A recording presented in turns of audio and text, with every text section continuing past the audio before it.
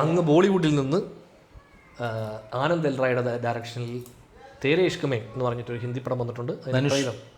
Lead ചെയ്യുന്ന ധനുഷ് കൃതിസാനൊക്കെ അഭിനയിക്കുന്ന ഒരു പടം. ഇത് ആക്ച്വലി ഈ ആനന്ദ് എൽ റായും ധനുഷും ഇതിനു മുമ്പ് നമ്മുടെ ആ പടത്തിന് പേര് അംബികാപതി അല്ലെങ്കിൽ അതിൻ്റെ ഒറിജിനൽ ഹിന്ദി റാഞ്ചന ചെയ്തിട്ടുണ്ട്. അത് ഇപ്പോൾ അതിൻ്റെ സെക്കൻഡ് പാർട്ടാണ് തേരെ ഇഷ്ക് മേ എന്ന് പറഞ്ഞാണ് വരുന്നത്. പക്ഷേ നമുക്ക് മനസ്സിലായില്ല ഇത് എന്താണ് കണക്ഷൻ, അത് ഇവർ ഉദ്ദേശിക്കുന്ന മറ്റേ സ്പിരിച്വൽ സീക്വൽ പോലെ സാധനമാണോ, എന്താ ഒരു പരിപാടി നമുക്ക് ഒരു ഐഡിയ ഇല്ല. സബ്സ്ക്രൈബ് ചെയ്യുക. ഹൈപ്പ് ചെയ്യാൻ മറന്നു പോകരുത്. ചുമ്മാ കമൻ്റൊക്കെ അടിക്കണം നിങ്ങൾ കേട്ടോ, ലൈക്ക് ചെയ്യണം. ഇതിൻ്റെ ഫസ്റ്റ് ടീസറോ എന്തോ ഒന്നില്ലായിരുന്നു, അപ്പോൾ തൊട്ട് മറ്റേ ഈ ടോക്സിക് കാമുകന്മാരുടെ സിനിമകൾ വളരെ സെലിബ്രേറ്റ് ചെയ്യപ്പെടുന്നു എന്നുള്ളൊരു ചർച്ചയുണ്ട്. അതെന്തോ ആവട്ടെ, നമുക്ക് ട്രെയിലർ കണ്ടു അല്ലേ, എന്താ പോലെ നോക്കാം.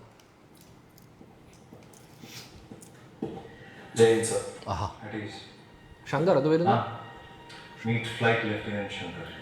വീരരാഘവൻ. ടോക്സിക് ആണല്ലോ, ഇതിൽ ഒറ്റല്ലേ ഫേസ് കണ്ടറിയാം. അടി കിട്ടി അല്ലേ.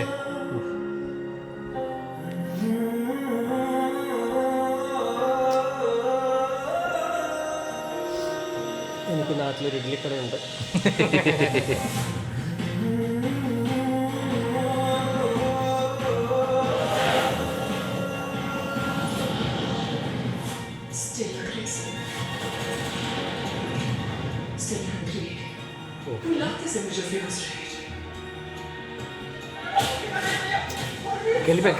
കലിപ്പനാട്ടോ.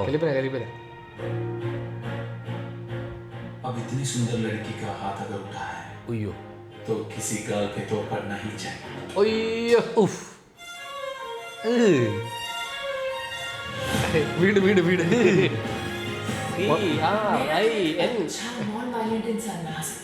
क्यों जवान लड़के की जिंदगी बर्बाद कर रही हो मैडम?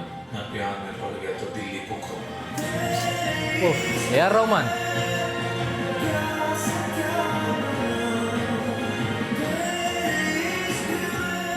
लड़कियां ना हमेशा राजकुमार के सपने देखती हैं. मोहब्बत में समझदारी की आदत होती है हमें. And I didn't know how to explain it.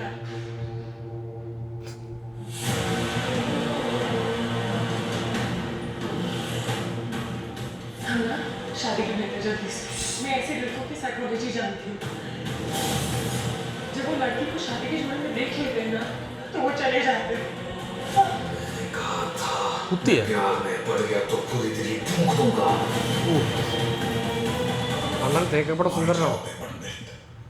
प्रेम में मृत्यु है, मुक्ति नहीं.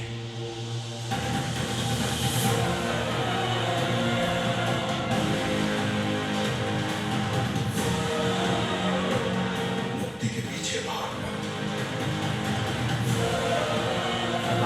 പെട്രോളോ ഗംഗാജലാണോ ഒഴിക്കുന്നത്? ഗംഗാജലമായിരിക്കും, ഇവിടെ ശുദ്ധിയാക്കിയതാ. कि मुक्ति को तेरे पैरों में गिर के भीख मांगे. स्वीकार करो मुझे.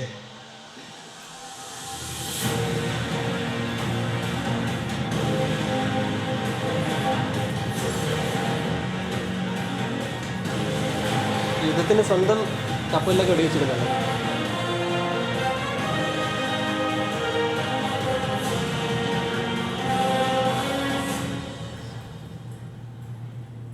मेरा जी उब गया है इस बैल चोद प्यार से. मुझे बस लड़ना है.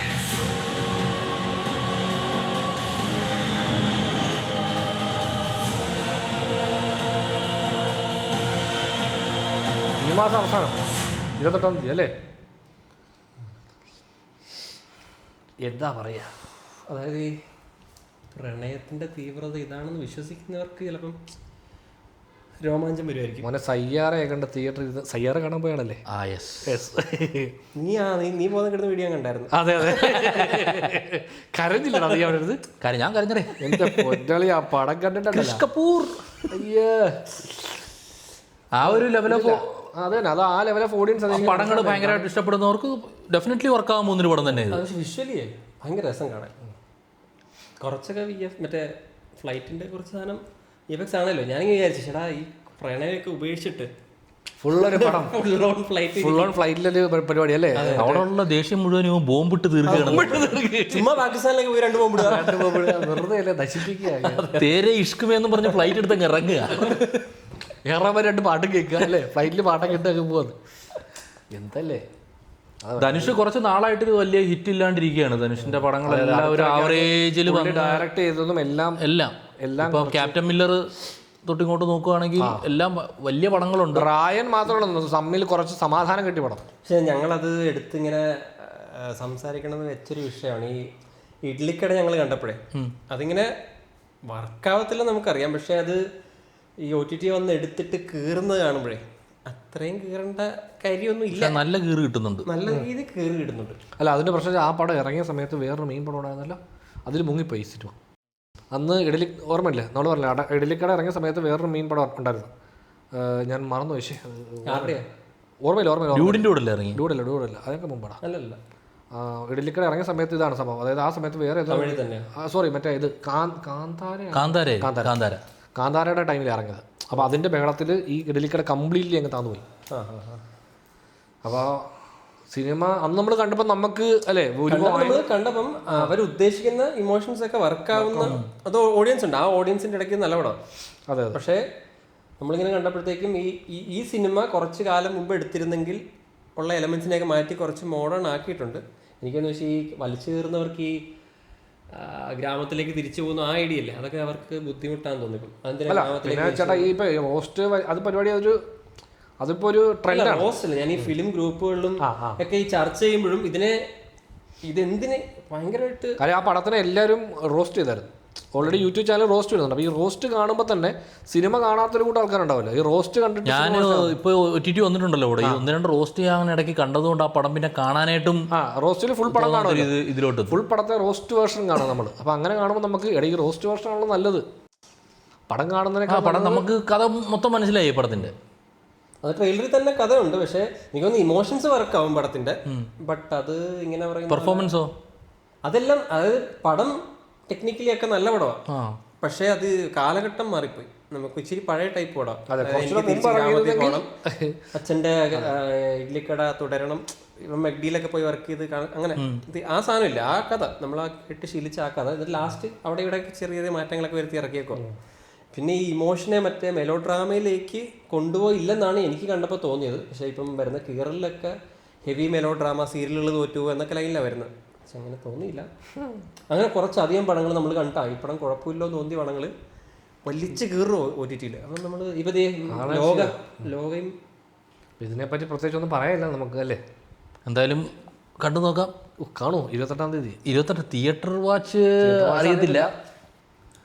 ഇല്ല, എൻ്റെ കപ്പ് ഓഫ് അതിൽ പറഞ്ഞ ഐഡിയ കപ്പ് ഓഫ് ടീ അല്ല, കപ്പ് ഓഫ് ടീ ചായ പക്ഷേ എനിക്ക് കണ്ടിരിക്കാൻ പറ്റുമെന്ന് തോന്നി. ഞാൻ സയ്യാരെയൊക്കെ കണ്ടിരുന്ന ആളല്ലേ, അപ്പോൾ നിങ്ങൾക്ക് പറ്റും. എനിക്ക് വിഷ്വലി രസമുണ്ടെന്ന് തോന്നി. പിന്നെ എനിക്ക് ധനുഷിന്റെ ഹിന്ദി ഇച്ചിരി കടിച്ചു പിടിച്ച് പറയുന്ന ഒരു ഫീൽ ഉണ്ട്. അതെ അതെ, വാക്കുകൾ അത് അവർക്ക് ഒന്നുകൂടെ ഹിന്ദി സംസാരിക്കുന്നവർക്ക് കേട്ടോണ്ടിരിക്കാൻ കുറച്ച് ബുദ്ധിമുട്ടുണ്ടാവും. അതല്ലാതെ ഈ മറ്റേ സ്റ്റൈൽ പടമാണ്. അത് ഈ പറയുന്ന പോലെ ഡയലോഗിലാണ്. ഈ ഡയലോഗ് കേട്ടിങ്ങനെ ഇതിൽ ഇൻവോൾവ് ആയി കഴിഞ്ഞാൽ ഈ ഡയലോഗ് ഹൃദയത്തിലേക്ക് ഇരച്ചു കയറും. ഇതിന്റെ തിയേറ്റർ റെസ്പോൺസ് രസമായിരിക്കും. തിയേറ്ററിൽ ഇരുന്ന് കരയുന്നവർ അല്ലേ, ഒരു ടോക്സിക് കാമുകം കൂടെ തിയേറ്ററിൽ നിന്ന് കരയുന്നവർ, തിയേറ്ററിൽ നിന്ന് നെഞ്ചത്തടിക്കുന്നവർ. ആൻലൈൻ പ്രൊമോഷൻ വർക്കായതുകൊണ്ട് അതേപോലെ റിപ്പീറ്റ് ചെയ്യും. അത് തന്നെ ഇതിനകത്ത് വരും. നോക്കിയോ, ഒരുപാട് ഇൻസ്റ്റാഗ്രാമിൽ ഒരുപാട് വീഡിയോ കാണാം തിയേറ്ററിൽ ഈ പടം കണ്ട് കരയുന്നവന്മാർ, ഗ്ലൂക്കോസ് കുപ്പിയായിട്ട് തിയേറ്ററിൽ കാമുകന്മാർ. അതെ അതെ, ഇനിയും കാണാം പോലത്തെ ഐറ്റംസ്. ആ ടൈപ്പ് പടമാണ് ഇത് കേട്ടോ. നമ്മുടെ കപ്പല്ല, അപ്പം അതുകൊണ്ട് നമ്മൾ വിട്ടേക്കുന്നു. പോട്ടെ അല്ലേ, എന്തെങ്കിലും കാണിക്കട്ടെ. നമുക്ക് താല്പര്യമില്ല, നമുക്ക് താല്പര്യമില്ല, നമ്മൾ ആ വഴിക്ക് പോയിരിക്കാം. ഗംഭീരമാണെന്ന് പറയുവാണെങ്കിൽ അവരായി ഉറപ്പാടെ അത്രേ ഉള്ളൂ. കാണാൻ ഞാൻ പറഞ്ഞു ഗംഭീരമാണെങ്കിൽ നിങ്ങൾ കണ്ടോ. ഒരുപാട് പടങ്ങൾ പെരുകി കണ്ടിരിക്കാൻ പറ്റത്തില്ല. ഞാൻ കരഞ്ഞു പോകും. ലോല ഹൃദയരല്ലേ.